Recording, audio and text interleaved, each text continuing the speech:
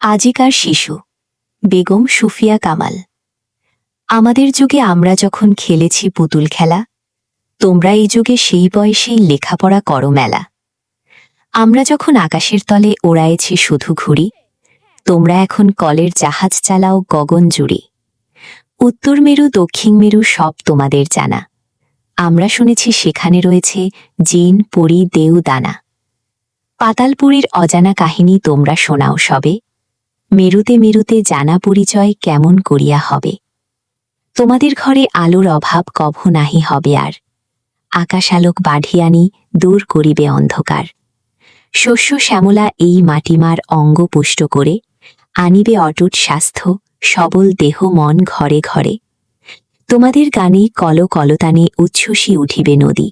সরস করিয়া তৃণ ও তরুরে বহিবে সে নিরবধি।